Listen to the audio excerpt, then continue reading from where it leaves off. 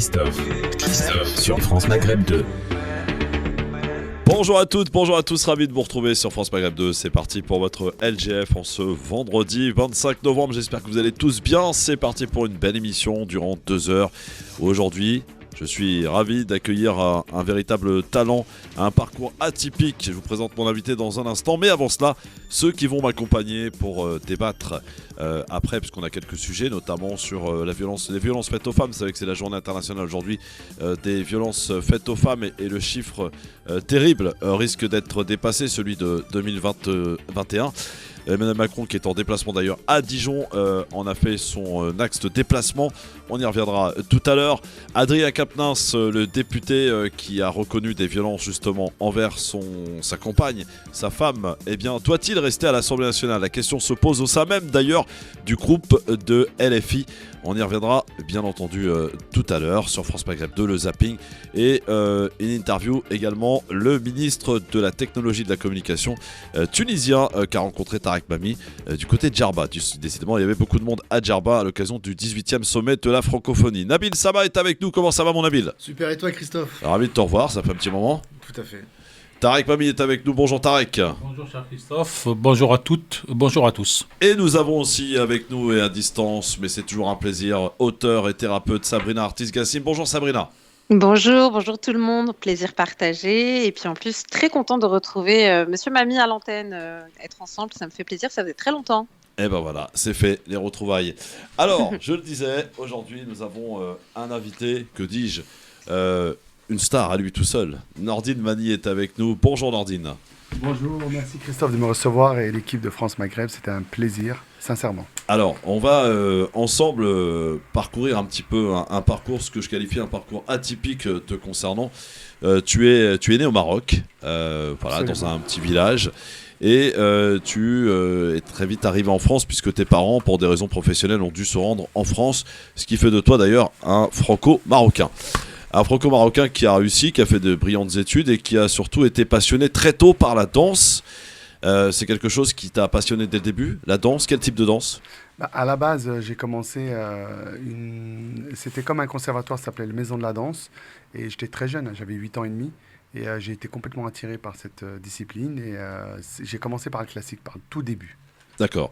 Et justement, ce fameux conservatoire dont tu es sorti avec le premier prix, on va dire, absolument, et qui t'a permis d'obtenir cette fameuse bourse qui t'a permis de t'envoler direction les States.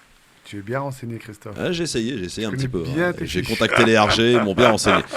Et tu t'es très vite installé là-bas aux États-Unis et tu es très vite implanté, j'ai envie de dire, ton talent, et tu es devenu, on peut le dire aujourd'hui, pour faire simple, le manager et producteur des plus grandes stars américaines, du hip-hop notamment.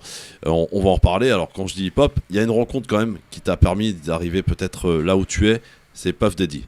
Absolument, ça a été un des artistes clés dans ma carrière parce que au moment où je l'ai rencontré, c'était vraiment la personne la plus influente du monde et comme par hasard, c'était exactement son pic de sa carrière et pour moi ça a été une révélation parce qu'il m'a fait confiance, il m'a dit tu pourras gérer ça et ça et moi qui commençais en fait au départ, pour moi c'était un moyen pour moi de m'affirmer même psychologiquement, personnellement. Ouais. Alors, est-ce qu'aujourd'hui, Sabrina, Nabil, Tarek, qui vont pouvoir te poser aussi des questions, bien sûr, mais est-ce qu'aujourd'hui, ce sentiment qu'on peut avoir quand on est issu de la diversité en France, c'est-à-dire que, j'allais dire presque du racisme pour certains, est-ce qu'aux États-Unis, il existe, il est présent, ou alors c'est vraiment parce que tu as du talent et on s'en fout de ta couleur de peau, on s'en fout de ta religion? Alors aux États-Unis, il y a un racisme, absolument, mais il est différent. Moi, je vais dire c'est un racisme social. C'est-à-dire on peut être noir, latino, arabe ou asiatique, à partir du moment où socialement, financièrement, on est aisé, il y aura plus racisme. Ouais. C'est ça le problème. C'est un double racisme. C'est un racisme social et en même temps ethnique, bien sûr. Alors aujourd'hui, tu as 45 ans, j'ai envie de dire que c'est le bel âge. Hein. Non, tu t'es trompé. 47. 47. Ah, bon, t'es un petit peu plus vieux. Il fait 35. Voilà, tu fais 45. Tu m'as mis jeune là. Mais ouais. moi, j'apprécie. Bon, en tout cas, oui. Il faut un peu du temps, il faut quelques années pour faire une carrière comme celle de votre invité. Oui, il faut des années. Très Combien gentil. de temps d'ailleurs? Combien de temps pour s'installer, pour aujourd'hui devenir ce que tu es?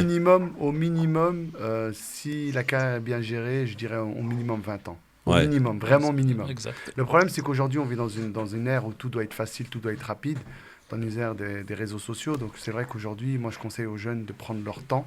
Parce que moi, je dis toujours, quand on marche lentement, on va beaucoup plus loin.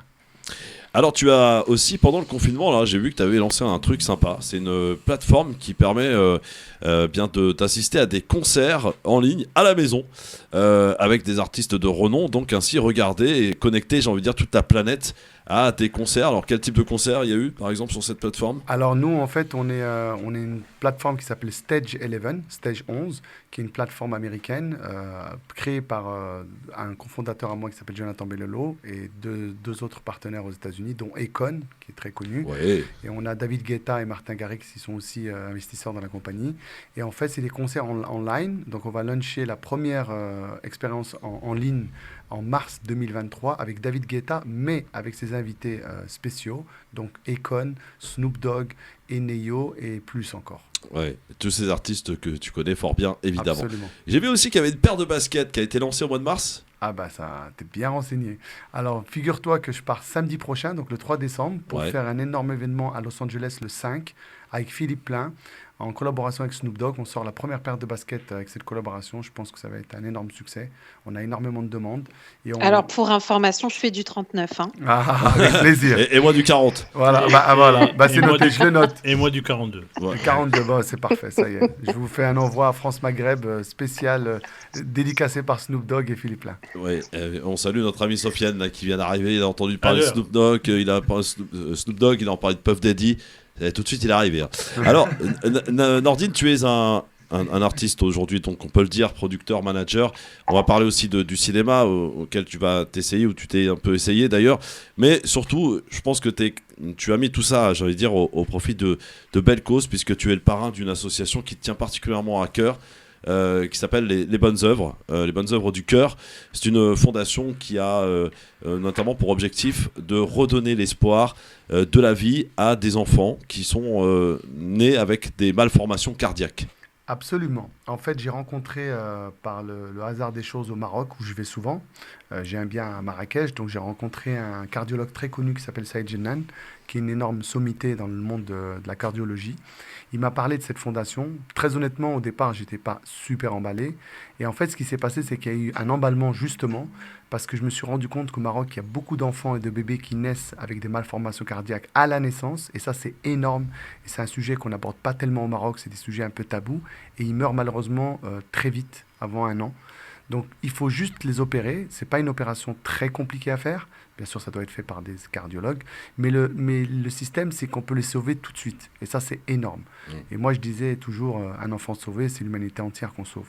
Donc, en fait, au Maroc, il y a beaucoup de tabous. Et souvent, c'est des enfants qui sont nés dans des campagnes un peu retirées, etc. Et si on médiatise justement ce fléau, parce que c'est un vrai fléau au Maroc, ben on pourra déjà endiguer énormément de décès.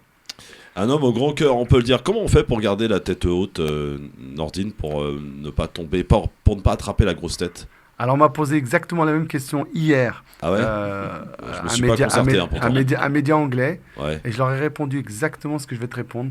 À partir du moment où on a une bonne éducation, tout vient des parents. Moi, je crois que ça vient de l'éducation.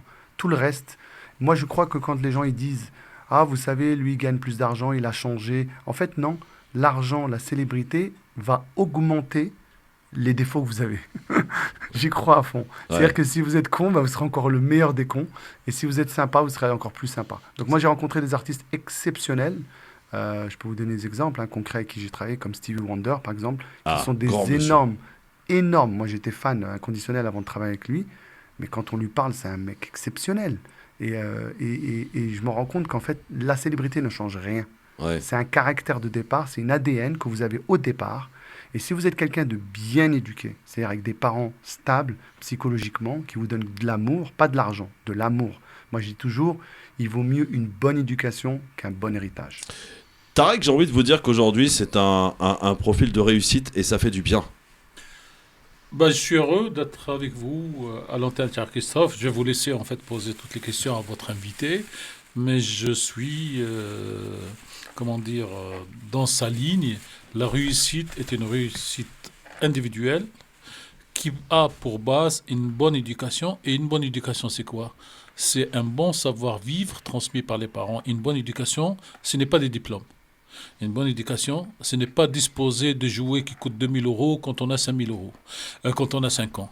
Une bonne éducation, ce n'est pas être entraîné par son père pour rencontrer le président de la République alors qu'on n'a aucune valeur. Une bonne éducation, c'est savoir que quand on a 5 grammes de couscous, pour parler maghrébin sur la radio, dans une famille de 12, c'est que les parents ont fait le maximum pour qu'ils vous donnent ce qu'ils peuvent vous donner. Et donc, cette bonne éducation vous oblige à avoir un regard de reconnaissance à vos parents. Et surtout, quand on arrive à faire un bac plus 50, on ne considère pas que sa mère est une analphabète, on ne considère pas que son père est un idiot, et on dit que c'est grâce à eux que j'ai pu, moi, avoir mon bac plus 50. Donc, je partage tout à fait cette vision.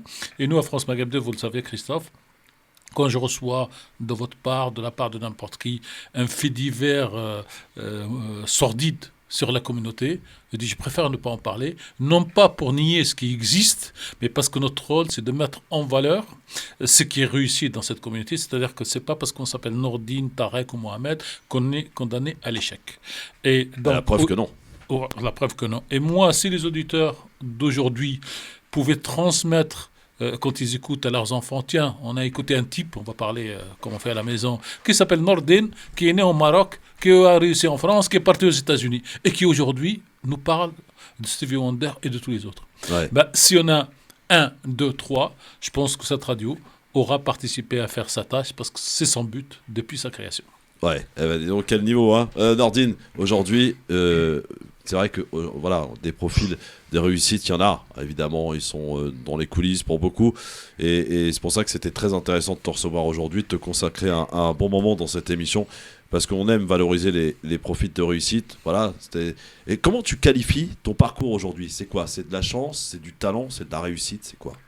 Moi, je vais dire c'est un mélange, parce que dire que du talent, c'est pas exceptionnellement vrai, parce que je sais que il y a beaucoup de gens, malheureusement, qui ont du talent, mais qui n'ont pas la chance de rencontrer les bonnes personnes. Donc, il faut un facteur chance. Moi, je crois à une chose. Moi, j'adorais un chanteur, Jacques Brel. Il disait, le talent, c'est ce qu'on veut très, très fort. C'est-à-dire que le talent, c'est une envie. Le talent, proprement dit, moi, j'y crois pas. C'est-à-dire qu'il y a des gens qui me disent « Ah, mais t'as vu, ce mec-là, il a un talent exceptionnel, il chante incroyable, ou ce mec-là, il danse, ou il est acteur. » J'y crois pas. Moi, je sais, et là, je peux vous dire que je suis un expert dans mon domaine, que tous les artistes qui ont réussi, c'est des heures énormes de travail. Mais la différence avec d'autres artistes, c'est quand un artiste, il va réussir facilement, c'est là où il est fort. C'est-à-dire qu'il va réussir une prestation, on va dire, mais celui-là, il n'a jamais travaillé pour le faire. C'est tellement évident. C'est là où il est fort. C'est-à-dire que c'est comme un magicien. On ne connaît pas les tours. Mais moi, je peux vous dire qu'il suis derrière le magicien, qui suis dans les coulisses. C'est des heures de travail. Rien n'est laissé au hasard. Alors tu travailles beaucoup avec la scène hip-hop états-unienne. Est-ce que la scène hip-hop française est encore dans l'amateurisme? Elle n'est pas encore au rendez-vous? Elle est encore dans l'imitation de ce qui se fait aux États-Unis? Ou il n'y a pas eu d'opportunité pour travailler avec elle? Alors moi, j'ai travaillé avec... alors c'est vrai que j'ai une image absolument urbaine, parce que c'est vrai que c'est les artistes qui marchent aujourd'hui, mais je travaille également dans l'électro, je fais de la pop, etc. Mais c'est vrai que j'ai une expertise sur le rap américain par rapport au rap français. J'en ai même écrit un texte. En fait, ce qui est génial aujourd'hui, c'est qu'en France, on a réussi à trouver une autre identité en tant que rappeur. Ah oui? Et je peux même vous dire, il y a même des rappeurs américains très connus qui se sont inspirés aujourd'hui des rappeurs français. Ah, c'est bon à savoir. Par exemple, lesquels, par exemple? Jul. Ah oui. Jul, par exemple, son style, qui est ce qu'on appelle l'électro-rap, un peu saccadé, etc. Il y a plein de courants comme ça qui ont été... il y a plein d'artistes américains comme Lil Pump, etc., qui ont copié, mais qui assument en plus, qui disent c'est génial ce courant. Et ce qui est génial en France, c'est qu'aujourd'hui, je vais vous donner un exemple concret. À l'époque, moi, je produisais des concerts comme Busta Rhymes, des énormes stars comme Lil Wayne, etc. Ouais. Ils remplissaient incroyable de tickets. Aujourd'hui, une personne comme Nino, par exemple, ou un Maître Gims, vont remplir plus qu'un Américain. Ah oui? Oui, parce qu'ils ont créé une communauté. Et tout ça, les barrières sont cassées depuis les réseaux sociaux. D'ailleurs, Gims qui fera la cérémonie de clôture du mondial au Qatar. Absolument, ce qui est exceptionnel quand même. Ouais, c'est tout talent. À son honneur. Absolument. Un mec comme Booba, par exemple? Un mec comme Booba, lui justement, il s'est américanisé. La preuve, il vit aux États-Unis. Ouais. Je le connais, j'ai travaillé avec lui également. C'est quelqu'un qui est très malin, qui est très fort dans tout ce qui est communication, marketing, etc., il a compris l'ampleur de l'impact des punchlines, etc. Ouais. Nordine, reste avec nous. En tout cas, sois le bienvenu. J'espère que ça se passe bien. T'es bien installé, tout va bien, on bien s'occupe ici, bien de je toi. me sens très bien, il y a une bonne énergie, c'est tout ce qui m'intéresse. Bon, et ben formidable. Dans un instant, on va faire une petite escale au Qatar parce que je t'apprends rien en ce moment, c'est le mondial. Tu suis un peu le foot? Très honnêtement, j'ai plein d'amis footballeurs, Ouais. mais je suis pas du tout foot. Tu suis pas du tout le foot? Non. La mondiale, Alors, ça t'intéresse si, pas? je vais suivre la France et le Maroc. Ah, Les deux, voilà. Et la Tunisie aussi, parce que je suis maghrébin. Ah bah ça c'est bien ça. Voilà, c'est bien. Et effectivement, bah tiens, la Tunisie elle joue demain par exemple. Hein, je vais regarder. La France aussi, puis le Maroc dimanche. Je sais le Maroc à 14h dimanche. On m'a tous appelé bien déjà. noté, hein, Non, on m'a 14 appelé, heures. on m'a dit n'hésite pas à venir voir le match, etc. Donc, Ouais. Mais très sincèrement, je suis sincère. Moi, je suis quelqu'un de très sincère. Je suis sans filtre. Je suis pas fan de foot. Je suis Bon, fan de Nordine, musique et de cinéma, mais pas de foot. Par contre, quand j'ai annoncé ta venue, j'ai dû calmer les écolos parce que faire 3 pays en jet en une journée, c'est quand même difficile, la Nordine. Hein? Ouais, c'est vrai. Ouais, Hein? mais c'était à l'époque. 3 pays en une journée. Oui. Vas-y, lesquels? Alors, j'ai fait France, Ouais. Italie, Ouais. et c'était France, Italie, Allemagne, le même jour. En jet. Ouais, Paris, c'était Milan et Berlin.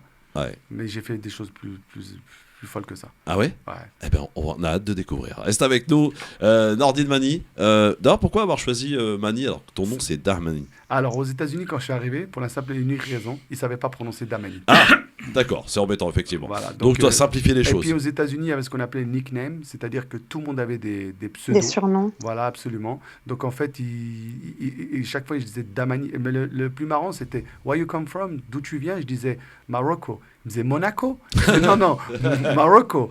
Il me disait Where is that? Je leur disais c'est en Afrique du Nord. Il me disait mais you're not black. Donc c'était. Après, j'ai pas voulu trop répondre. Je dis bon, C'est vrai que les dites Mani, États-Unis- ça va être plus simple. Alors c'est vrai que les États-Unis, les Américains en général sont très très mauvais en géographie. Hein. Surtout, moi, j'étais à la West Coast. C'était de l'autre côté. C'était encore pire. Ouais. New York, encore, ils sont open, mais à LA. Il y en a beaucoup d'ailleurs qui ont suivi la guerre en Irak sans jamais savoir où ça se trouvait. Absolument. C'est vrai. Allez, on en reparle. Nordine est avec nous, Nordine Mani sur France Maghreb 2, un des plus grands producteurs, managers du rap US évidemment aujourd'hui. Il a cité quelques noms, mais il y en a évidemment beaucoup d'autres avec qui il a collaboré, travaillé.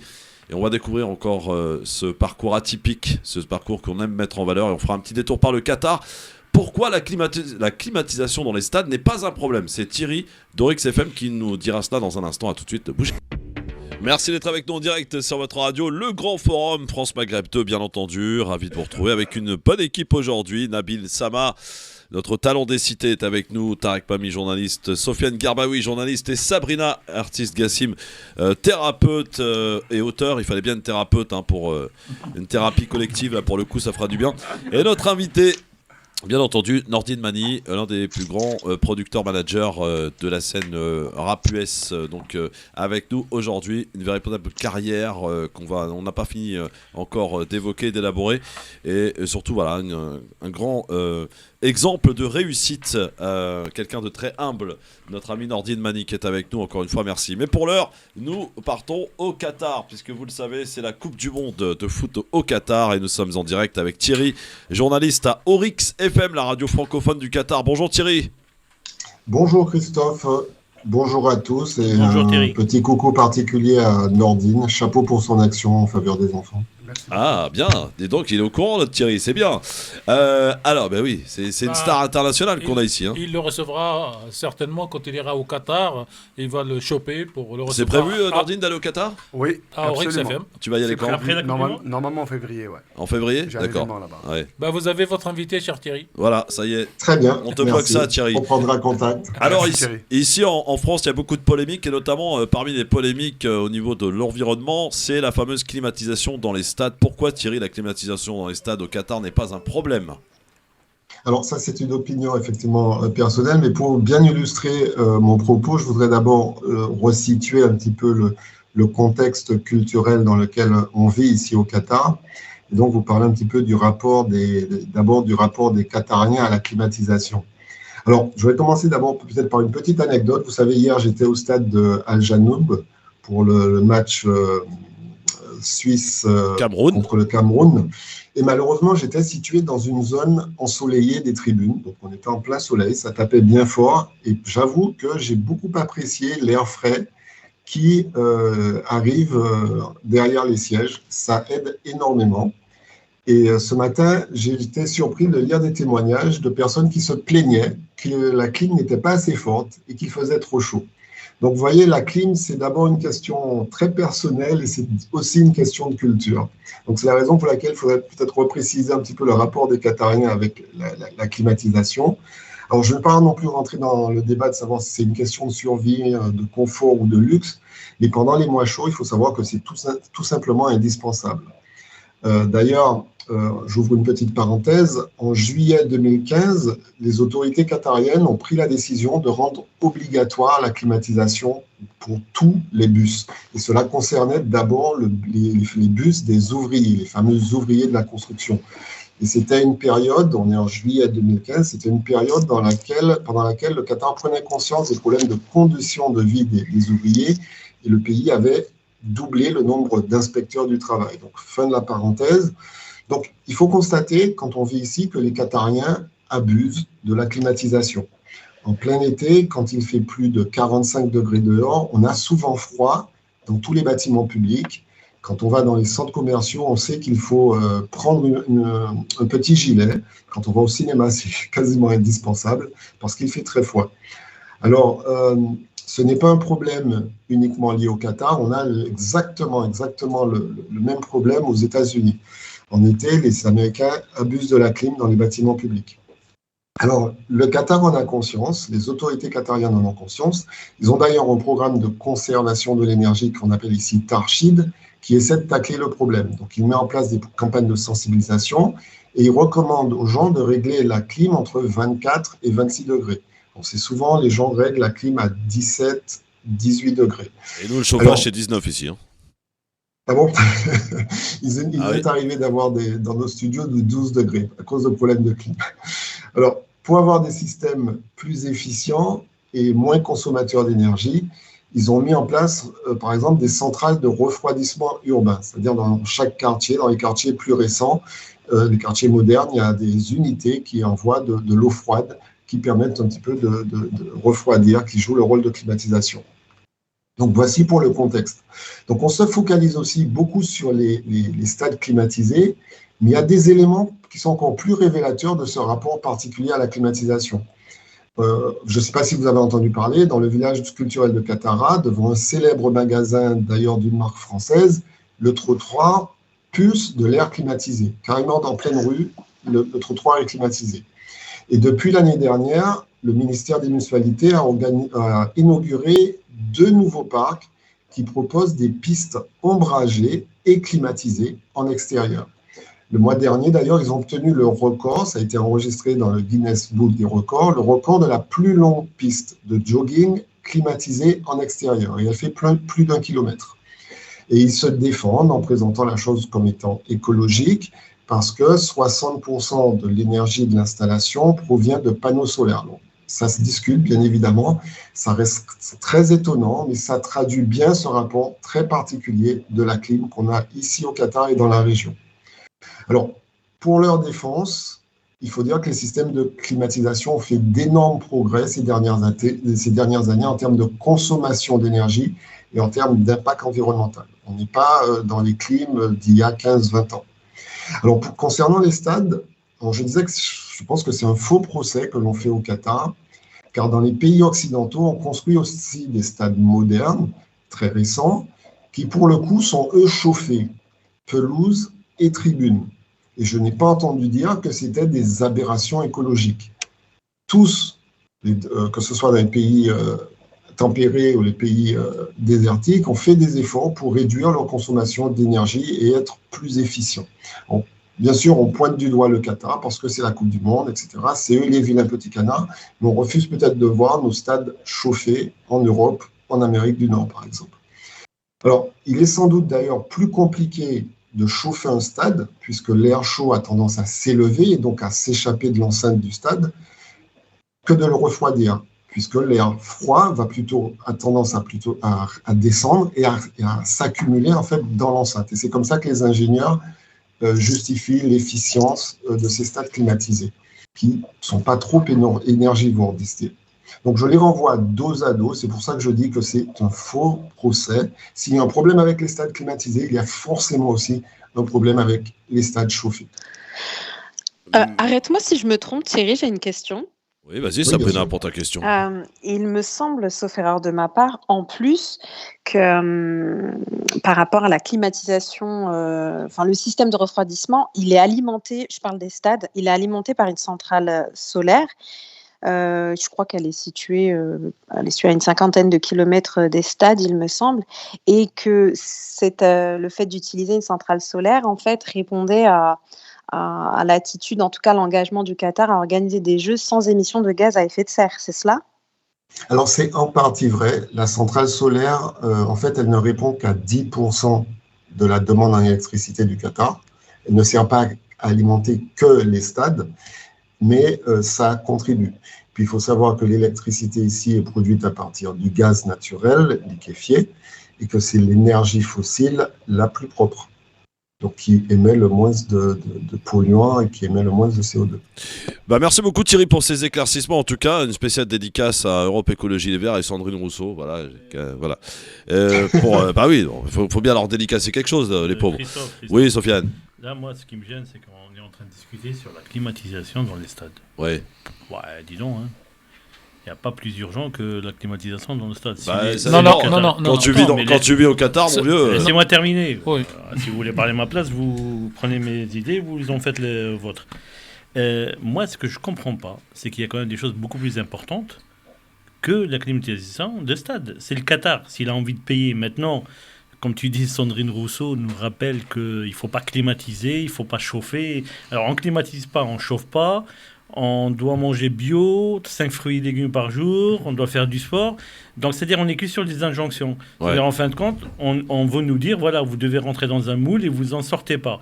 Et en plus, si tu es un peu bougnoule sur les bords avec un peu de couleur, etc., tu bouges pas de ta place. Si, il faut appeler un chat un chat. Oh oui, parce que aux États-Unis, quand il y a eu la Coupe du Monde, il y a eu la clim, etc. Non, Personne n'en a parlé. En Chine, personne n'en a parlé. Quand il y a eu les Jeux Olympiques, ils ont fait de la neige artificielle partout, personne n'en parle. Ouais. Et maintenant, parce que c'est un pays arabe qui, pour une fois, organise quelque chose et qui l'organise de manière très correcte, on commence à sortir. Les gens ont parlé, là. Mais ils ont parlé quoi? Ils ont parlé le premier jour, le deuxième jour après. Là, la Coupe du Monde, elle est en train de se dérouler. On a au niveau de la télé, là, des audimates qui éclairent tous les audimates d'avant.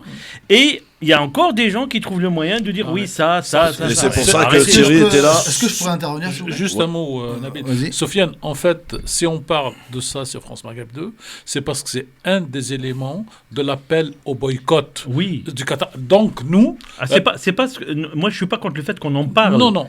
C'est à partir du moment où on appelle au boycott du Qatar sur 3 éléments, dont la climatisation, donc on parle. Demain, on parlera au One Hot Jour avec Thierry sur le fait qu'il y aurait eu 6500 morts, chiffre qui n'existe pas. Et donc, nous sommes dans le démontage de la désinformation. Voilà, monsieur, voilà, c'est ça. Il faut appeler un chat. On fait la réinformation sur la désinformation. On va remercier Thierry, en tout cas, de Oryx FM, la radio francophone du côté du Qatar, évidemment. Merci beaucoup, Thierry. Bon week-end et à lundi. Bon, désolé pour la défaite du Qatar aujourd'hui. Ah oui, ça c'est un gros choc. Oui, ça y est, je pense que vous allez rentrer chez vous. Vous êtes à domicile, remarquez. Ils sont déjà sur place. Ils sont déjà sur place, donc ça va le faire. Il y aura moins de carbone utilisé. Voilà, c'est ça. Merci beaucoup Thierry. Bon week-end. À lundi pour découvrir et continuer de découvrir donc le Qatar au travers d'idées reçues ici qu'on entend beaucoup partout. On essaye de les déconstruire avec Thierry et surtout de découvrir ce beau pays à découvrir, le Qatar, où Nordine Mani, qui est notre invité, se rendra au mois de février pour organiser un grand événement. Je vais te laisser dans les mains un petit peu, je vais maîtriser un peu le truc quand même, Nordine, dans les mains de nos chroniqueurs là, Nabil, que tu connais un peu, Tarek, Sofiane et Sabrina. Ils ont plein de questions à te poser, et puis moi j'en ai d'autres évidemment. On va parler notamment de cinéma, parce que c'est aussi un autre élément aussi sur lequel tu vas t'atteler, ou tu as commencé à t'atteler. Je crois que tu as sorti un film qui n'a pas été sorti encore. Non, ça va sortir au mois Bon, de on en reparle dans un instant, ne bougez pas les amis. Et puis si vous voulez parler à notre ami Nordine Mani, la réussite qu'on met en valeur aujourd'hui dans le LGF, ravi de le recevoir sur France Maghreb 2 dans le LGF, le grand forum. Le LGF, merci d'être avec nous sur France Maghreb 2 avec Sofiane Garbaoui, qui est journaliste et directeur d'une agence de presse allemande. Europe, pas très allemande ton agence, hein. Europe quoi? Comment ça s'appelle? European News Agency. Voilà, Après, European News Agency. Après, vous passez voilà. au service commercial. Voilà, c'est ça. Et Tarek Mabi, journaliste, Nabil Sama, talent des cités et réalisateur aussi. Et puis, bien entendu, Sabrina, artiste, Gassim, thérapeute et auteur. Alors, juste avant de laisser mes amis ici présents, Nordine Mani, qui est notre invité, je le rappelle, le manager et producteur de toute la scène US, bien sûr, danseur, chorégraphe. Et il paraît qu'à tes heures perdues, t'es boxeur aussi un peu. Absolument. Non, Ouais. c'est une passion que j'ai découvert il y a 11 ans Ouais. grâce à des amis en commun. Et comme j'étais sportif de haut niveau par rapport à la danse, donc ça s'est fait naturellement et je suis tombé amoureux de cette activité. Quel type de boxe? Alors, boxe anglaise, on appelle ça Le noble art. le noble art. Le noble art. Exactement. Le noble art. Ne le cherche pas trop parce que sinon il y a combat à la fin de l'émission. Hein. Fais gaffe, hein, je Sofiane. suis un peace and love. Mais c'est génial parce que moi, j'ai une zone de stress incommensurable dans mon métier. Et la boxe, ça me permet de me lâcher. D'ailleurs, je voudrais faire une petite dédicace au gymnase de l'Aune, à Levallois-Perret, qui ont un niveau exceptionnel. C'est les meilleurs dans l'Île-de-France. Et mon coach, Hossein, et c'est quelqu'un d'exceptionnel car il arrive à me pousser dans mes retranchements et je trouve ça exceptionnel. Ça fait du bien. Voilà, ça fait du bien.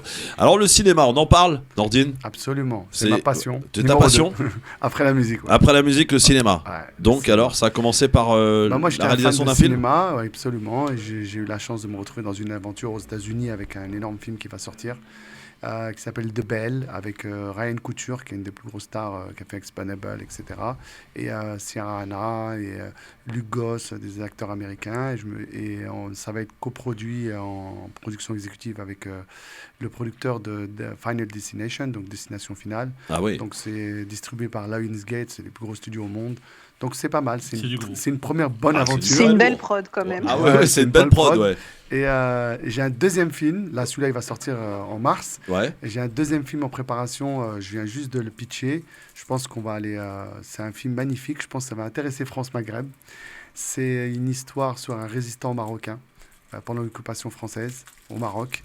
Et ça a été quelqu'un qui a été un berger.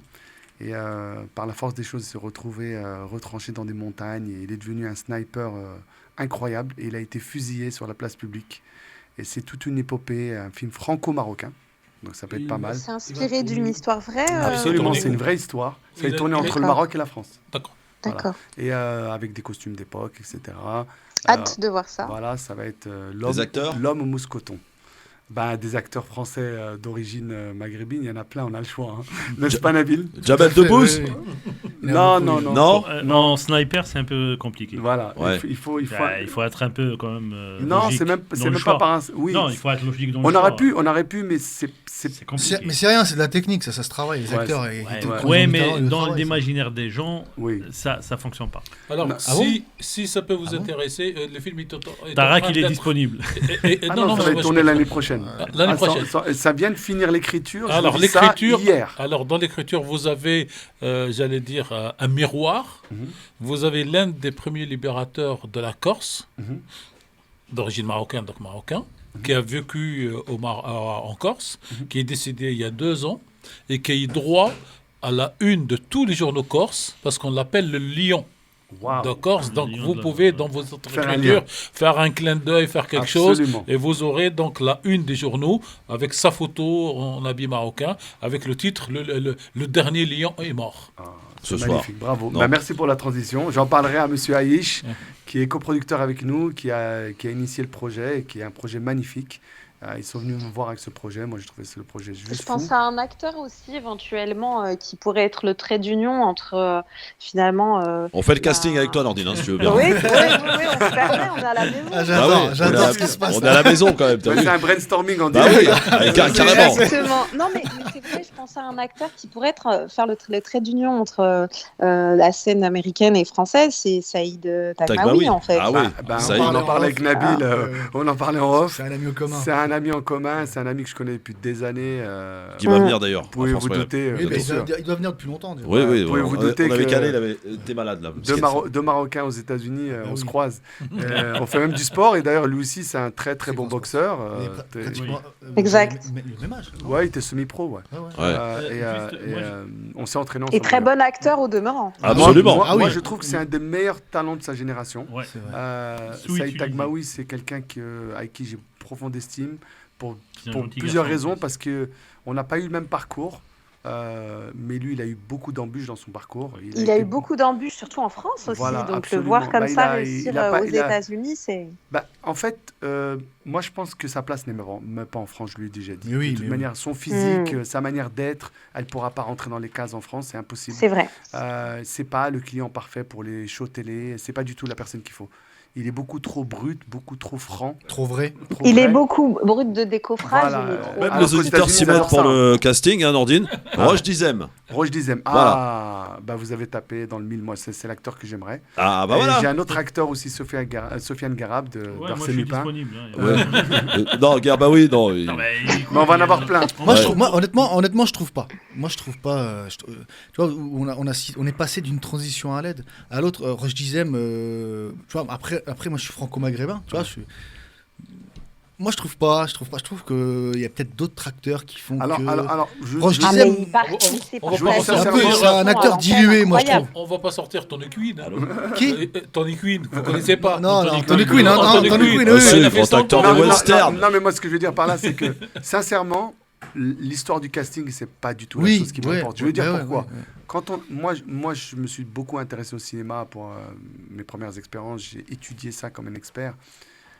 Le casting n'est pas si important. Ce qui est important, C'est l'histoire. c'est comment on va absolument Comment on va l'histoire écrire et comment on va incarner l'histoire. C'est ça. N'importe quel, même un nouvel acteur d'une pourra nouvelle génération, Voilà. il pourra être peut-être le jeune premier. Merci. Et c'est ce que- film-là tout à pourra le révéler. Parce que ça, c'est un film C'est- d'auteur. Nordine. Parce que c'est pourquoi je te dis ça, Mani. Parce que tu vois, voilà, on a les aboutissants en direct. Là, c'est un projet que tu es en train de développer. C'est un projet qui Ah tient non, à cœur. il vient de naître. Voilà. Il est même Et pas encore sur pied. Malheureusement, quand tu prends un acteur qui est déjà défini, bah, les gens ils vont aller au cinéma pour voir Roche Dizem. Ils vont pas aller voir premièrement pour voir suis l'histoire. Et c'est ça, moi, qui me. Bah ça attire. Quelque En part, même oui, temps, quand tu c'est- fais un ouais, concert. Et moi, ouais, mais oui, mais bah, aujourd'hui, après, ça a c'est une changé. manière Aujourd'hui, ça a aussi de changé. transmettre le message Aujourd'hui, ça a d'un changé. film. Aujourd'hui, on veut aller au. regarde, Nabil a raison. ça a changé. Parce qu'aujourd'hui, les ça a temps ont changé, changé. oui. Je vais vous donner un exemple. Bah oui.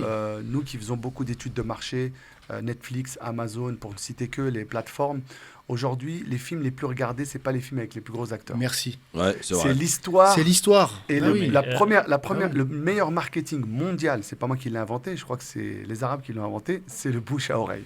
C'est pour ça Ah qu'on dit bah le ça, téléphone arabe. le fameux téléphone arabe. Le fameux téléphone Quand arabe. tu donnes un absolument. mot, il se transforme et il devient Voilà. complètement différent. Mais si on Non, voit et une c'est bonne sans série fil. ou un bon film, il suffit qu'on le tweet, il suffit qu'on le mette sur Instagram, on dise ou je sais Ouais, pas. une bonne Facebook. communication derrière, bien Voilà. sûr. Bah, Bonne distribution. C'est la meilleure C'est très communication. important la Voilà. Et distribution. pourquoi les gens vont relayer un message? Parce que le film est bon. Voilà. Parce qu'il y a un message derrière. Donc c'est pour ça que le casting, moi je suis pas du tout, on n'y est même pas. On va en Ouais. parler l'année C'est ça prochaine. le 7e art. Voilà. C'est Non, mais 7e art. l'année prochaine, je suis disponible. Quand même. Ouais. J'étais un- Alors moi je peux vous Mais donner moi- un rôle. Hein. Non, mais moi, j'ai une question à poser à Nordine. Je voulais la poser tout à l'heure. Moi, je suis pareil aux États-Unis, la réussite de gens d'origine maghrébine, de manière générale. Dans le cinéma et dans la musique, beaucoup d'origine marocaine plus spécifiquement. Ça tient à quoi? C'est vrai. Moi je vais vous dire pourquoi. On me l'a aussi posé cette question. Merci. Et j'aime beaucoup qu'on me la pose. Pour plusieurs Et j'ai raisons. mon rôle. Hein. Non, bravo.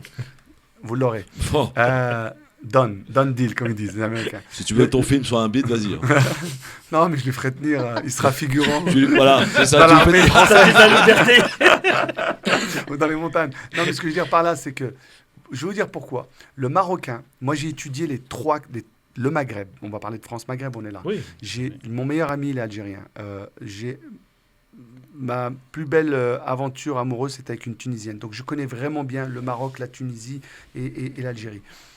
En fait, ce qui se passe, c'est que nous, les Marocains, on est justement... Le fait déjà, la position géographique, je crois que ça tient à quelque chose, je pense. Vous êtes proche des États-Unis? Non, mais on est proche de... C'est un port comme Casa. Oui. Exactement. Il y a eu beaucoup de mélanges. D'ailleurs, au Maroc, il y a tellement d'ethnies entre les Berbères, entre Les les Chaouis. Jbaili, les Chaouis. Il y a tellement de choses. Exactement. Donc, je pense que c'est ça déjà. Deuxième chose, c'est un pays qui a été très ouvert. On n'a pas de pétrole. On n'a aucune ressource naturelle. Donc, il fallait qu'on développe autre chose. Et c'est Hassan Vous II avez qui le disait... tagine. Ouais, on a le tagine, on a l'hospitalité. Donc, Ouais. qui dit hospitalité dit brassage de culture. Et comme disait le roi Hassan II, il disait où il n'y a pas de pétrole, il y a des cerveaux. Ouais. Et il a raison. Bon. Parce que l'argent, c'est souvent ce qu'on appelle un cadeau empoisonné, le pétrole.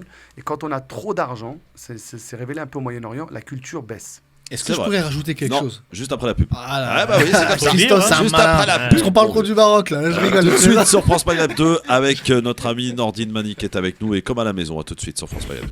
Bref, merci d'être avec nous sur France Maghreb 2. Sofiane Garbaoui, on est en direct. Nabil Sama, Bonjour à tous. Tarek Mami, Sabrina Artis-Gassim et Nordine Mani. C'est quoi le truc le plus fou que t'as fait, Nordine? Que ta carrière a pu... Pas en jet. Voilà. Il a sauté en jet. À part le fait d'avoir fait 3 pays en une journée en jet, c'est quoi le truc le plus fou que t'as fait en une... Voilà. En une journée... Non, pas forcément en une journée, mais le truc le plus fou que t'as bah, fait dans ta carrière. Ce qui m'a marqué un jour, c'est Ouais. qu'on a fait... on était en Biélorussie. Ouais. C'était moins 25. Après, on est parti en Afrique du Sud. Il faisait plus 42. Ah ouais. Et de l'Afrique Choc du thermique. Sud, on a pris un vol pour aller jusqu'à Los Angeles. Et de Los Angeles, je suis parti, je me rappellerai toute ma vie, à Houston. Houston, New York, Abu Dhabi. Et ça, c'était genre en 4-5 jours. Tout Ah ouais. ça. Il fait pas chaud. Et quand je me suis réveillé, je ne savais plus où j'étais, quel pays. Je crois que c'était trop. Le problème de nos métiers à nous, c'est qu'il n'y a pas de limite. Vous savez, vous allez travailler pour un employeur à France Maghreb, il va vous dire, bah, écoutez, l'émission est finie, tout le monde rentre chez soi. C'est ça. Nous, on fait des métiers où si on ne s'écoute pas, bah, c'est le burn-out. Parce que ça ne peut pas s'arrêter. Il y a trop de demandes. C'est le seul métier au monde où on a trop de demandes et on n'a pas de stock. C'est-à-dire que moi, tous les jours, au bureau, j'ai des emails, des demandes pour des artistes, mais qui ne veulent pas le faire, ou qui ne peuvent pas le faire, ou qui sont trop occupés. Il n'y a pas assez de stars pour trop d'événements. Est-ce qu'il y a eu un regret? Est-ce que tu as un regret aujourd'hui dans ta carrière de producteur, de manager? Ça peut être dans la musique, dans le cinéma, dans la danse. Qu'il y a quelque chose que tu aurais voulu faire autrement ou pu faire autrement? Moi, j'aime pas les regrets parce que j'estime que chaque erreur, c'est une leçon. Et j'ai fait plein d'erreurs. Mais en fait, je les ai pas pris comme des erreurs. J'ai appris à plus les faire déjà. Parce que je dis toujours une fois c'est bon, mais 2 fois c'est qu'on est vraiment bête. Et la chose la plus importante, c'est quand moi j'ai commencé, j'étais en roue libre complète. C'est-à-dire, comme tu l'as dit au début de l'interview, c'est un parcours atypique. Moi, j'avais aucun repère. Et je pense que quand on est jeune, c'est ça que j'aime beaucoup, on a peur de rien. Et avec l'âge, on commence à se rendre compte, ah non, ça c'est important, c'est pas bon pour mon image, faut faire attention, etc. Mais quand on est jeune, on fait tout avec instinct. Et je pense que des fois, les choses sont bien faites. Et j'aime beaucoup Tahar Ben Jelloul, un poète marocain qui disait « Méfiez-vous des rêves de jeunesse car ils finissent toujours par se réaliser ». Et c'est un peu le cas. C'est-à-dire que moi, je rêvais beaucoup. Et sincèrement, sans aucune prétention, où je suis arrivé, je pensais même pas y arriver dans ma vie. Mais vraiment pas. J'aurais pas mis 10 € sur moi il y a 30 ans. Même pas. Et ben comme quoi, finalement. T'as 2 petites Belle filles. réussite. 2 petites filles, Deux Nordine. petites filles, Salima Ouais. et Kaya. Ouais. 2 filles magnifiques, 6 et 3 ans. Elles sont solaires, elles me font rire. En plus, elles ont malchance ou bonne chance. C'est des artistes parce qu'elles sautent partout, elles dansent, elles chantent. Oui, c'est une chance. Mais moi, connaissant le métier, je vais tout faire pour qu'ils ne le fassent pas. Ah oui. Maintenant, Quel papa, hein. Pourquoi? Ouais, parce que Non, mais pourquoi? C'est intéressant ce que tu dis. Pourquoi? parce que je les aime trop. Et quand on aime ses enfants, Et parce qu'il y a une surcharge mentale, en fait. voilà, exactement. Protéger Et de ça. puis il y a une surcharge aussi psychologique. Vu la carrière que j'ai eue, elles vont toujours vouloir se comparer sans le vouloir à ce que j'ai voulu faire. Nous, Donc, on voudra les faire comparer. Voilà, c'est un C'est peu pas comme les bête enfants de ce que tu Zidane. dis. Ouais, c'est souvent ça. Et leurs copains ou leurs copines elles vont leur dire mais t'as vu, ton père il a fait ça, toi t'as fait que ça. Et j'ai pas envie qu'elles vivent cet échec dans un premier temps. Et deuxième chose, je connais ce métier, il faut être prêt psychologiquement à être dans ce métier. C'est pour ça que je suis vraiment contre les enfants cirque, les parents qui poussent les enfants à être des stars. À réaliser leurs rêves. Là, je fais une émission au Maroc, je sais pas si on va en parler après, Vas-y, ouais. qui s'appelle I Have a Dream, en arabe Ind El Hulm, au Maroc, qui est un carton, qui a fait un carton d'audience. D'ailleurs, ce soir, ça passe, pour ceux qui veulent regarder. Sur quelle chaîne? C'est tous les vendredis sur la chaîne 1 à La Oula, Oula. et au Maroc. Et c'est un carton d'audience, ça passe pendant pratiquement 1 an. C'est quoi? C'est The Voice? Ouais, c'est exactement ça. C'est Ouais. un peu X-Factor plutôt le format, Ouais. parce que s'il y a des danseurs, il y a des chanteurs et des joueurs d'instruments. Mais ça, pourquoi moi j'ai fait cette émission? Parce que c'est bienveillant. les enfants, ils veulent pas nécessairement faire C'est une que des carrière. enfants. Voilà, c'est que des enfants. D'accord. C'est pour ça que j'ai accepté l'émission. The Voice Kids en France, quoi. Voilà, c'est ça. Et c'est exactement. Non, c'est des fans. Oui, non, c'est un peu ça, mais oui, c'est un peu plus sophistiqué, mais Have Talent, c'est ça. c'est ça, ouais, Have Talent. American Got Talent. J'espère que tu ne demandes pas C'est ce que mange exactement l'enfant ça. le mercredi avec sa maman. Non, non, non. Non, ça c'est pour Et faire c'est pour référence à revenir- une scène. Pour revenir, oui, absolument. Pour revenir aux enfants, moi je pense que les enfants, ils doivent vivre des vies d'enfants. Parce Ouais. que moi, j'ai pas eu une enfance normale. Attention, moi je le regrette pas. Moi, je suis très heureux d'avoir eu l'enfance que j'ai eue. Mais tout le monde n'est pas prêt pour vivre ce genre d'itinéraire. Ouais. Pour être à 14 ans, comme moi, j'étais tout seul dans un appartement à Paris ou à 16 ans à Broadway, à New York, dans les rues de New York à Times Square. Dieu merci, j'ai jamais bu, jamais fumé, jamais drogué. Oui, mais c'est j'aurais vrai. pu tomber dans D'ailleurs, ces travers. Comment tu fais pour rester, j'ai envie de dire, sobre avec tout ce milieu où justement il y a tous ces substances dans les studios? J'imagine que parfois dans les studios d'enregistrement, on respire plus le cannabis que l'air, quoi. Bah, le cannabis, c'est gentil en plus. Ouais. Là, c'est gentil. Là, tu es dans la version light. Non, t'es la version C'est un verre d'eau, le médicinale. cannabis, Voilà. là. Ouais, c'est la version Non, médicinale. version light, ouais, c'est ça. C'est 12 ans, ça. Eh, Non, t'as mais une je- ordonnance pour ça. Hein. Non, mais il y a des choses beaucoup plus graves, malheureusement, que j'ai vues et que je vois encore. Ouais. En fait, c'est un mal-être. Moi, je pense que les gens qui sont dans la drogue, c'est un mal-être. Tout à fait. Quand on est bien dans sa peau, on est bien dans ses baskets, on fait du sport, on est sain, on a un bon environnement, on a une famille qui tient la route. Moi, T'as je une pense bonne qu'il n'y a pas de voiture. raison. Une bonne voiture, il paraît que t'as une bonne voiture. Ah, Ouais. T'en as plusieurs même. je suis fan de voitures, ouais. Ouais. Je suis fan de voitures. Bon, tu roules en quoi en ce moment? À Paris ou aux États-Unis? Bah, Non, à dis Paris, pas, parce qu'on Paris. va avoir Sandrine Rousseau Ah, qui va ah, appeler. bah, justement, on s'en fout, Sandrine Rousseau. justement, Bah, j'ai le voilà. backup pour ça. À Paris, j'ai 2 voitures. J'ai une électrique. Ouais. Et une à pédale. Non, c'est une électrique, c'est une Zoé. Ah ouais. Pour faire bien électrique. En plus, c'est vrai, c'est très pratique à Paris. Je peux la garer n'importe où. Elle est devant le studio d'ailleurs. Ouais. Et pour mes heures perdues, Tarek, chopez-lui une les clés. Bentley GT Continental V12. Voilà. Ouais. Et aux États-Unis, Lamborghini. Ah ouais. Voilà. Ah pardon. Ben, les distances sont plus longues. Ah, c'est bon là. Ouais, ça va être sympa. Mais j'adore Et- les voitures, et- mais parce que et- c'est et- une passion. Et l'essence coûte moins cher aux États-Unis qu'en France. Le Bah, Galion, en France, un plein d'une Bentley, c'est 200 euros. Ouais, ouais, mais c'est pour 3 jours. Mais en même temps, quand t'as une Oh, Bentley, putain. tu t'en fous du plein. Oui, c'est vrai. Oui, mais Ouais, c'est- Ou alors il y a un problème. Alors, je vous explique. Il n'y a pas que le côté financier, il y a le côté pratique. S'arrêter à la station et rester presque 10 minutes à la station pour mettre un plein, c'est jamais marrant. Dernièrement en France, ils sont restés même 2 heures. Ouais, c'est vrai. C'est vrai. Non, mais moi, ça m'est arrivé de me retrouver, pour la petite histoire, à Porte-la-Chapelle, au milieu En du... Bentley. En Bentley. Oh non. J'étais oui. gris métallisé, vous imaginez, pas plus voyant que ça. Non. Au milieu, Ça, c'est risqué, ça. au Ça, milieu... non, ça passait inaperçu. gris Non, parce que métallisé. c'était la seule station d'ouverte. Qui a accepté Et les j'ai pas Bentley. fait attention pendant l'histoire où il n'y avait plus d'essence. Ouais. Et j'ai mis le Waze et je me suis retrouvé et je parlais au téléphone et je me suis rendu compte et j'ai vu toute une masse de gens, de migrants autour de la voiture Ouais. pour me demander de l'argent. Ah ouais, Ah J'ai ouais. même pas mis mettre l'essence, je suis parti parce que oui. c'est limite Non, dangereux. c'est soit ils mettaient Ouais. l'essence, soit ils Non, donnaient mais t'as l'argent. raison. Ou soit ils prenaient la voiture. Soit donner la voiture. Soit ils prenaient la voiture. Ah, c'est vrai. Nordine, Sabrina a une question pour toi. Effectivement. Alors, avant de poser ma question, il y a une chose que je voulais saluer, c'est au début de l'interview, ce que j'entendais, et je voulais vraiment saluer ça, c'est cette pensée horizontale et plurielle et non verticale et individuelle, dans un monde qui prône quand même bon gré mal gré l'individualisme. Donc ça, pour moi, c'est important de le souligner. Et alors, ma question est la suivante, Mani, c'est que par rapport à la jeunesse, on sait qu'aujourd'hui, on a une jeunesse quand même qui est, de par les réseaux, très créative. Et paradoxalement, souvent victime de la culture du buzz. Et cela, en fait, ça empêche en fait la pérennisation de leur art. Du coup, quel conseil est-ce que tu pourrais leur donner en guise d'inspiration ? Alors moi, c'est très bien que tu me poses cette question parce que je trouve justement que moi, je suis très porté sur les jeunes parce que mon métier, c'est un métier qui est porté complètement sur la jeunesse. Alors, je suis complètement d'accord avec toi. D'un côté, ils sont super méga créatifs et de l'autre côté, ils sont complètement superficiels et complètement abrutis par la télé et les réseaux sociaux. Et je ne parle pas comme un vieux, je parle comme quelqu'un de réaliste parce que je le vois tous les En fait, jours. c'est vrai qu'il y a une pensée surfacique. C'est Au-delà ça. du côté superficiel, c'est qu'ils vont pas assez en profondeur alors qu'ils ont matière à. Absolument. Le problème, c'est que ils sont un petit peu, pour moi, ils sont un petit peu victimes. Parce que quand on regarde les réseaux sociaux, le mal que ça peut faire et le bien que ça peut faire également, parce qu'il y a les deux, il n'y a pas que des choses négatives. tout est centré sur soi-même, tout est égocentrique, tout est filtré, tout est...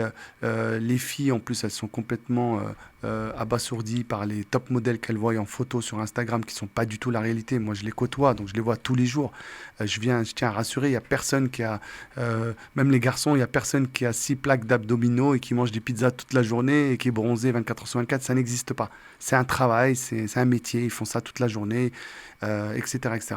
Mais pour revenir à ce que tu disais par rapport à la culture, moi, je pense que le plus important, c'est de s'élever culturellement, dans tous les âges. C'est-à-dire qu'aujourd'hui, moi, je vois personne lire un livre. Je ne vois personne lire un livre. Autour de moi. Tu regardes pas assez mes stories, maintenant.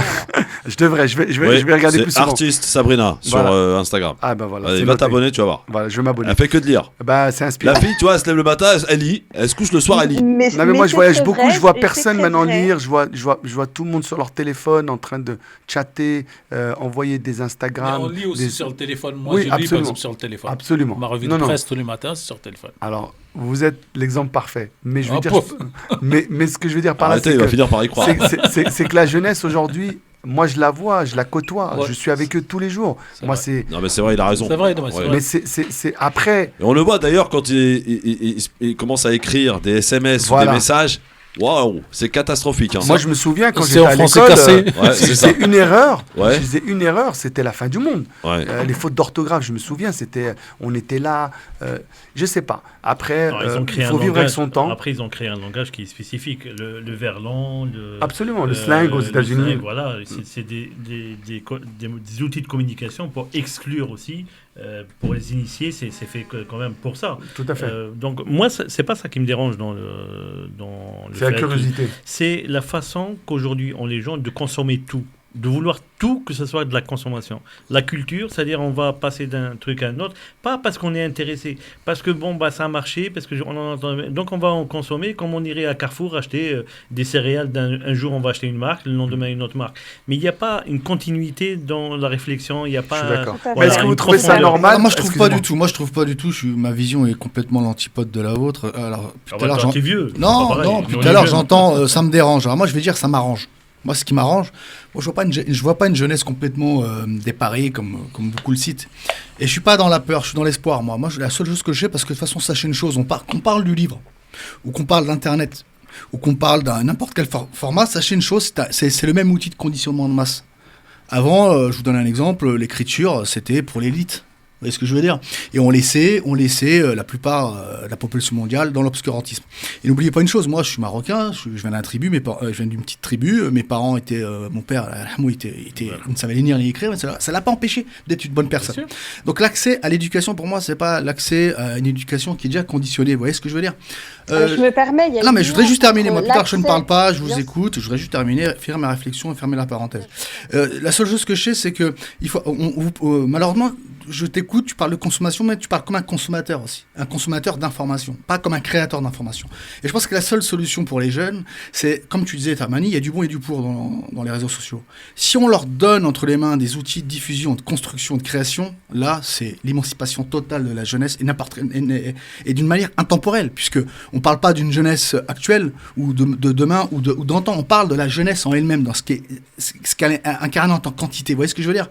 Et je pense, moi, vraiment qu'on doit partir, on doit continuellement être dans l'évolution, et l'évolution, c'est la création, à l'image de notre créateur, tout simplement. Vous ne pouvez pas créer sur rien. Alors, Moi, je vais rajouter juste un truc, si vous me laissez Ouais, juste. oui, C'est vas-y, le vas-y. savoir qui est la base de ce qui va vous Ah, permettre de monter dessus. Le savoir, c'est l'escalier, c'est le rez-de-chaussée, et après vous C'est la construisez part tout. d'humanité Merci, qu'on merci a. beaucoup. Et la Que moi, nuance, j'ai quand parlé même, il ni n'était de- pas Part question, d'humanité, il n'était pas J'ai pas parlé question des d'un jeunes manque ou pas jeunes, d'éducation. je parle de Il n'était consommateurs, pas question. Je ne sais pas si on m'entend. Voilà. Si, Ouais, on t'entend, ça va, bien sûr, Super. on On t'entend. va Il voir n'était Sabrina, pas parce question qu'il y a d'un qu'une fille manque aujourd'hui autour de la d'éducation. table.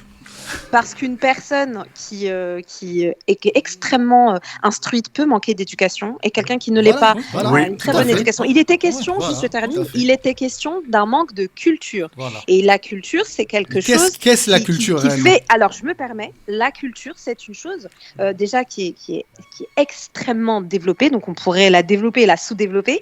Néanmoins, l'accès à la culture, déjà, c'est quelque chose qui est normalement accessible à tous de nos jours via les réseaux. Ensuite, moi, je ne suis pas sur un discours pessimiste, donc sur ça, je te rejoins. Moi, j'ai aussi espoir en cette jeunesse. Hein. J'ai un fils de 16 ans, j'ai une fille qui va avoir 13 ans, je les vois. Et il faut aussi savoir poser le doigt, et en plus, en tant que thérapeute, donc dans les thérapies familiales, les adolescents que je reçois, etc., depuis plus de 13 ans, il faut admettre également quand même qu'on doit savoir poser le doigt sur une chose. Et c'est ce qu'a dit Monsieur Mami, et sur ça, je suis assez d'accord. Ce qu'il faut craindre, et ce qu'il faut dénoncer, et ce qu'il faut combattre, et j'estime même que c'est de notre rôle, c'est ce que j'appelle le prêt-à-penser. Ce fast-food de la pensée, ce n'est pas forcément qui a toujours existé. Alors, j'ai pas dit que ça n'existait pas. Je parle c'est-à-dire fast-food. Ça va beaucoup trop vite aujourd'hui. Ça va tellement vite. Enfin, ça a toujours existé. Si j'ai faim à 4 heures du matin, je me lève, je me fais à manger. Ça a toujours existé. N'oubliez jamais que qu'aujourd'hui, je la me fais révolution des livrer Lumières, que ce soit Robespierre ou Danton, on parlait d'eux. pardon. Je vous donne un exemple. Moi, ça me fait penser on parle de révolution. Lorsque vous lisez des archives d'antan, notamment par rapport à la monarchie française, parce que moi j'aime beaucoup cette période-là, parce que voilà, en tant que Marocain, on a un monarque, et j'aime beaucoup souvent, moi, voilà, comparer la vision monarchique et la vision étatique ou démocratique, ou républicaine. Et ça a toujours existé, en fait. Vous voyez ce que je veux dire ? Là, en fait, c'est une question de révolution. Est-ce qu'on, c'est une révolution ou c'est une évolution ? En fait, c'est cette question-là qu'il faut se poser. Ouais. Parce qu'en fait, quand on est constamment en train de rabâcher la même chose, et on stagne. Non, mais il y a une chose... c'est l'accessibilité qui a changé. C'est l'accessibilité qui a changé.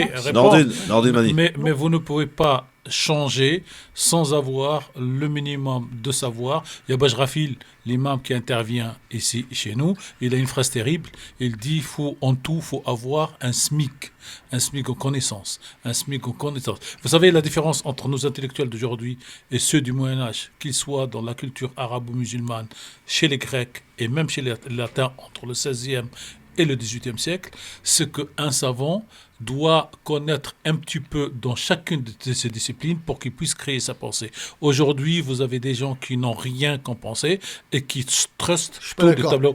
Mais c'est une histoire de réécriture de ce que c'est. Moi, je vais vous dire un truc, ce qui me dérange. Oui, Mani. Ce qui me dérange, moi, aujourd'hui, dans la jeunesse, c'est que moi, je reçois énormément de messages. Beaucoup de jeunes. Parce que moi, je fais un métier qui attire, je fais un métier qui est bling, ou qui est très... Donc je vois leur discours. Je rencontre beaucoup de jeunes dans les concerts, dans les événements, etc. Et vous savez ce qu'ils me disent, la première phrase ? Comment je peux être connu ? Ouais. Et c'est la recherche ça aujourd'hui. Effectivement, et moi, quand j'étais jeune, et quand j'ai dansé, j'ai gagné quand même la médaille d'or, j'ai eu des prix exceptionnels, tout ce que vous voulez. J'ai jamais voulu être connu. Moi, je voulais réussir dans mon domaine, mais j'ai jamais voulu être connu. En fait, la célébrité, elle s'est faite presque naturellement. Mais je veux dire par là. Et après, ma question que je pose, c'est qu'est-ce que tu sais faire ? Rien. Et en plus, savoir rien faire, c'est un métier. Mais c'est ça le problème, c'est que moi, quand j'étais jeune, j'avais Michael Jackson, ou j'avais Stevie Wonder, ou j'avais des stars incroyables en face de moi, R. Kelly, etc. Ah oui. Eux, ils ont Kim Kardashian. Le web, ça. Ouais. Non, R. Kelly, c'est un autre problème. Mais son talent, il faut dissocier l'homme et le talent. Bien compris, Michael Jackson, il n'était pas, je pense, blanc-bleu non plus. Ah oui. Donc, on n'a jamais su de quelle couleur, d'ailleurs. Voilà, exactement. Mais ce que je veux dire par là, c'est que les jeunes d'aujourd'hui, ils ont comme vraiment, moi je le sais, c'est mon métier, ils ont comme idole Kim Kardashian, en people, on va l'appeler, et Cardi B et Nicki Minaj. Et Nabila. Voilà, et Nabila, pour la France, par exemple. Moi, j'avais plus une vision mondiale. Ce que je veux dire par là, c'est qu'eux, ils se disent quoi ? Elle sait ni chanter, ni danser, elle sait rien faire, c'est une star, elle prend des millions de dollars. Voyez ce que je veux dire ? Les exemples ne sont pas les mêmes, tout simplement. Et c'est ça qui m'attriste, moi. Je me dis, mais comment ils peuvent aller prendre des cours de chant tous les jours, des cours de danse tous les jours, des cours de comédie, des cours de peinture, des cours de lecture, des cours de poèmes, si ils ont ça comme exemple, qui eux n'ont jamais rien fait. Il faut savoir que Kim Kardashian, elle a été connue pour une sextape. Et ça, il y a beaucoup de gens qui l'oublient. Cardi B, c'était une stripteaseuse. Nicki Minaj, c'était pareil. Et c'est des stars mondiales qui ont des 200 millions de followers. C'est-à-dire que moi, je peux vous dire les deals, j'en ai déjà fait, c'est des deals à $100 000 pour faire un tweet dans leur canapé. S'ils en font 3, c'est $300 000 par jour. Juste pour dire, j'aime bien cette eau. Peut-être changer de métier. Voilà. Mais vous imaginez mais c'est ça qui attise aujourd'hui la jeunesse. Mais vous savez que dans les collèges... Excusez-moi, juste pour finir, vous savez que dans les collèges, le premier métier, c'est influenceur. espérée Voilà, par c'est les ce jeunes. que Ça, c'est j'allais- terrible. Vous ça en dit long, imaginez quand même. ou pas J'allais- Ouais. Oui, Est-ce qu'on est dans la bonne voie? Ouais, Oui. c'est-à-dire que quand Ah on oui. demande aux enfants qu'est-ce que tu veux devenir plus tard, influenceur. Influenceur. C'est quand même Moi, quand triste. j'étais petit, je voulais être footballeur, dis-toi, Christophe, que moi, il y a des danseur. gens que j'ai je voulais déjà être maître du vus monde. comme Voilà. ça. Pas que, Mani, Ouais. Mani, je suis d'accord avec toi, mais pas que. Je vous donne un exemple. Moi, je suis talent des cités. J'ai Oui, été pas primé que, par rapport. Non, heureusement, mais attends, là, d'ailleurs. je termine. Voilà, en plus, c'était hier la dernière édition. Ouais, C'était mais jeudi. j'avais pas C'était. noté, Et quoi. là, c'était magnifique parce que c'était chez France Télévisions. Tous les ans, on change un peu. Soit on est à Bercy au ministère, soit on est au Sénat, soit on est à l'Assemblée. Là, c'était France Télévisions. Voilà. J'aimerais répondre, moi là, avant-hier, j'avais rendez-vous avec le directeur. Parce que maintenant, je suis parrain du CFA de bâtiment de Marzy, qui se trouve en Bourgogne. Parce que voilà, moi, j'ai appris mon métier en tant que maçon quand j'étais jeune. Donc, la première chose que, dans la masterclass que je suis en train de préparer, ou je suis en train d'élaborer, c'est la valeur travail. La seule, et j'ai vu plein de jeunes, moi, qui veulent être plombiers. Oui, J'ai vu- t'as mais raison, c'est-à-dire pas généraliser, attends, t'as faut raison. pas généraliser, c'est pas vrai. Ouais, Moi, je vois plein de jeunes, là, ils veulent être chaudronniers, ouais. ils veulent être maçons, Ils ils veulent être boulangers. Ils veulent être un ambassadeur, comme mon c'est fils, par exemple. en fait, on est dans les médias aussi. Moi, je suis Il a dans- raison. on est dans les médias. Si on met un coup de projecteur que ce qui intéresse et parce que ça, c'est là que je reviens. J'étais pas vraiment d'accord avec toi, Tarek. C'est que faut arrêter d'intellectualiser les discours. Faut arrêter d'intellectualiser la part d'humanité. Un peu de spiritualité, Vous savez un ce peu que- d'humanité. alors, Non, parce alors, que le problème, c'est que vous savez ce que dans le c'est que discours, l'humanité je voudrais juste terminer. Vous Le savez problème ce que avec c'est le que côté l'humanité intellectuel, on oublie le manuel et on oublie l'essentiel. L'essentiel. Pour moi, un artiste, c'est quelqu'un qui transcende ces frontières-là. C'est pour ça que j'ai beaucoup d'admiration pour l'art. Vous voyez ce que je veux dire? Maintenant, le problème, c'est qu'on intellectualise, on réfléchit trop comme des technocrates, on réfléchit trop comme des politiques. Mais il n'y a pas que ça. Il y a les gens qui font tourner Vous le savez pays. ce que c'est que l'humanité pour moi?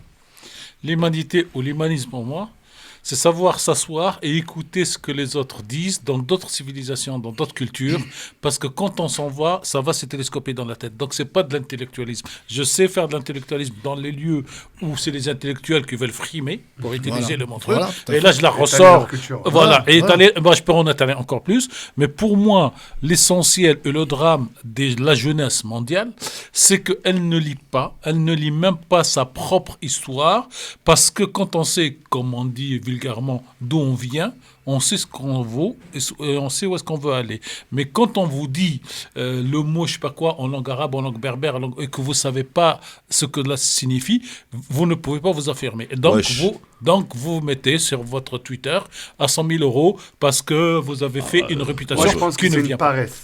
Il y a une paresse et en fait, moi, je disais Jacques Brel, ça. Ouais, absolument. mais Jacques Brel, j'adore Jacques Brel. Le Et paresse. en plus, je l'ai découvert il n'y a pas longtemps, pas si longtemps, et je me dis, mais il est tellement dans le vrai.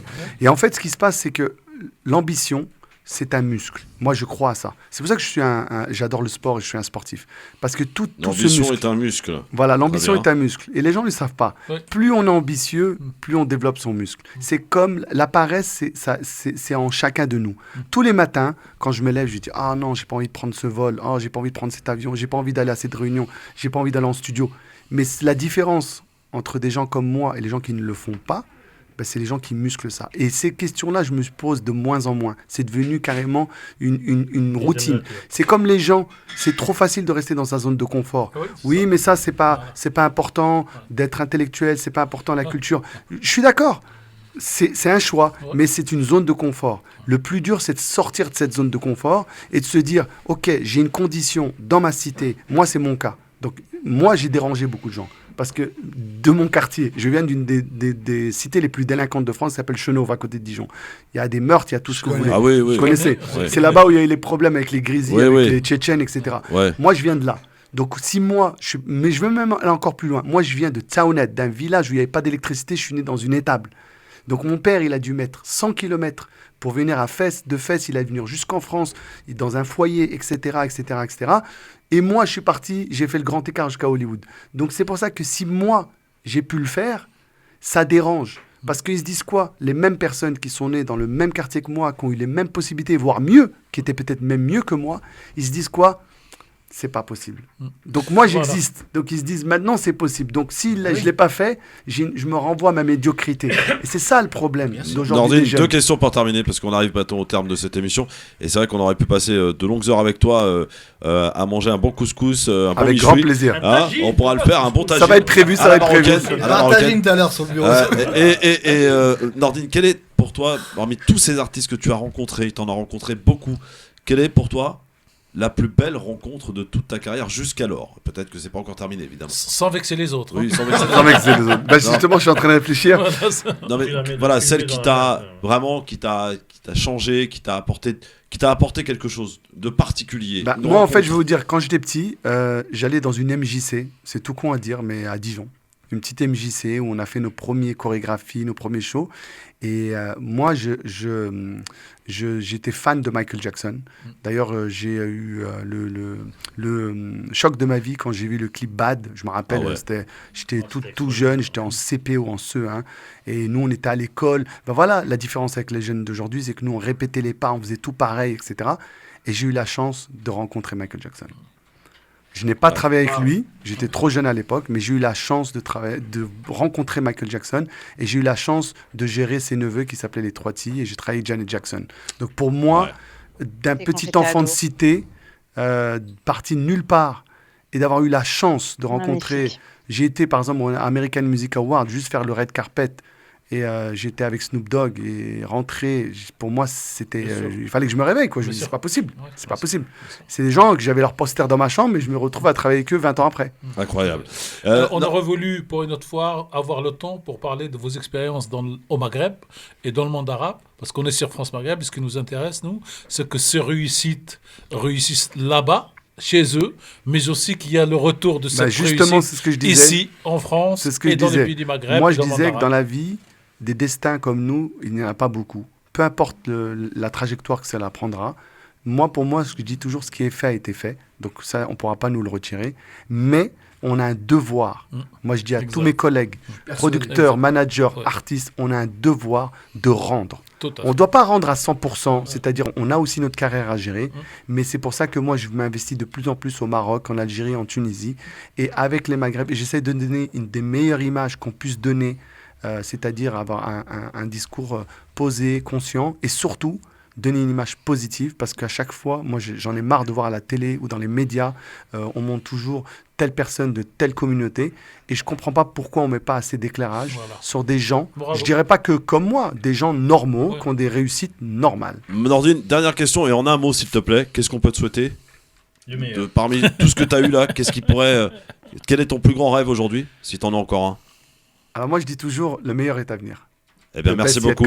Et tu es le bienvenu quand tu veux ici à France Maghreb 2. M'avoir invité. Et je trouve que franchement, je suis agréablement surpris. Je trouve qu'il y a des gens très intéressants à la table. Les bonnes habitudes, si je puis dire, dans un instant. On écoutera une interview du ministre de la Communication et de la Technologie tunisien qui a rencontré Tarek Mami à Djerba dans un instant. Et puis on parlera évidemment un petit peu de cette journée particulière qui va particulièrement intéresser Sabrina, la journée de violence faite aux femmes. À tout de suite. Merci d'être avec nous en direct sur votre Radio France Maghreb 2 et on va écouter tout de suite une interview du ministre de la Communication et de la Technologie tunisien qui a rencontré Tarek Mami sur France Maghreb 2 à l'occasion du 18e sommet de la francophonie qui avait lieu, je le rappelle, à Djerba. Tout de suite, donc on écoute cette interview sur France Maghreb 2. Bien entendu, interview de Tarek Mami avant que nous parlions dans un instant de violences faites aux femmes. C'est la journée en ce 25 novembre, bien entendu. Nous sommes à Djerba, dans le cadre du sommet de la francophonie, qui a été qualifié par le président français, M. Emmanuel Macron, d'un sommet réussi, notamment dans son volet numérique. Et ça tombe bien, nous sommes avec M. le ministre de la Technologie et des Communications en Tunisie. Vous venez donc d'animer un grand débat sur cette stratégie. La Tunisie, aujourd'hui, d'après le panel, est en pointe sur ce sujet. Mais nous avons, dans tous les pays du monde, la question d'alphabétisation à la numérisation, notamment des personnes non scolarisées et des vieilles personnes. Comment faire en Tunisie que cette numérisation soit une numérisation démocratique dans l'ambiance de l'histoire tunisienne depuis 2011 ? Tout d'abord, aujourd'hui, à l'occasion du sommet, on a bien introduit peut-être la stratégie tunisienne du numérique, qui s'articule autour de 8 axes essentiels métiers et on va en rajouter 2 axes annexes qui sont la communication et la coopération. Je reviens aux axes métiers. Le premier axe, c'est la révision du cadre juridique pour qu'il soit bien adapté aux nouvelles formes de développement technologique. et pour la mise à jour des codes de télécommunications et l'introduction aussi du code des usages du numérique. Le deuxième axe, il concerne l'inclusion sociale qui est numérique et financière. Et au niveau de cet axe, on a un ensemble de projets pour inclure les gens, ou bien les citoyens qui sont dans les zones qui sont mal desservies, et pour élargir ou bien diversifier les moyens de paiement électronique, améliorer la connectivité, améliorer la connexion Internet, l'offrir à un coût raisonnable et tout ça. Le deuxième axe sur lequel nous sommes en train de travailler, c'est la digitalisation de l'administration. Et au niveau de cet axe, on a segmenté les services en trois segments, en trois parties.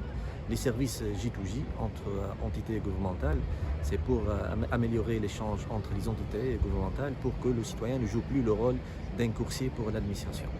Puis on a amélioré les services J2B qui sont destinés pour l'entreprise. Et on a le segment J2C, c'est les services destinés aux citoyens. Et on a introduit un ensemble de portails e-gov, là où on donne ou bien on offre aux citoyens un ensemble de services administratifs et un ensemble de documents administratifs en ligne. Le quatrième axe, il concerne la cybersécurité. Puisqu'on a exposé maintenant les services en ligne, on doit bien sécuriser le cyberespace national et on doit travailler davantage sur la confiance numérique et sur la lutte aussi contre la cybercriminalité. On a rajouté un axe aussi essentiel qui est les données, l'exploitation des données et ce qu'on appelle aujourd'hui le data-driven government, le gouvernement ou bien l'administration qui est pilotée par les données. Au niveau de cet axe, on a constaté qu'il faut créer l'Observatoire tunisien du numérique, une entité qui va mettre en place une stratégie nationale données, data, une stratégie nationale pour l'intelligence artificielle. Et cette entité aussi sera responsable pour la mise des données à la disposition de l'écosystème pour qu'il puisse créer de la valeur sur la base de ces données. Ça rentre dans le cadre de l'open data et de l'open government data. Un autre axe qui est aussi important, c'est l'entrepreneuriat digital. Nous, on a sous notre tutelle un ensemble d'incubateurs et de cyberparks qui sont placés un peu partout dans le pays. Nous sommes en train de travailler sur l'élargissement de ce réseau, l'amélioration de la capacité d'hébergement de ces incubateurs et on est en train aussi de travailler sur la diversification des services et des prestations qui sont offertes pour les jeunes qui sont incubés au niveau de ces cyberparks. Et sur l'aspect formation, ça c'est l'aspect qui est important, on travaille d'une manière croisée avec les ministères concernés, avec le ministère de l'Éducation pour inclure le digital dans les concepts de base qu'il faut enseigner à l'école au même titre que lire, écrire, calculer et aussi maîtriser le digital. Ça c'est un point essentiel. On travaille aussi avec le ministère de l'Enseignement supérieur, comme vous avez vu aujourd'hui, sur des programmes de master spécialisés co-construits entre l'entreprise et l'université pour bien adapter la formation spécialisée aux besoins du marché.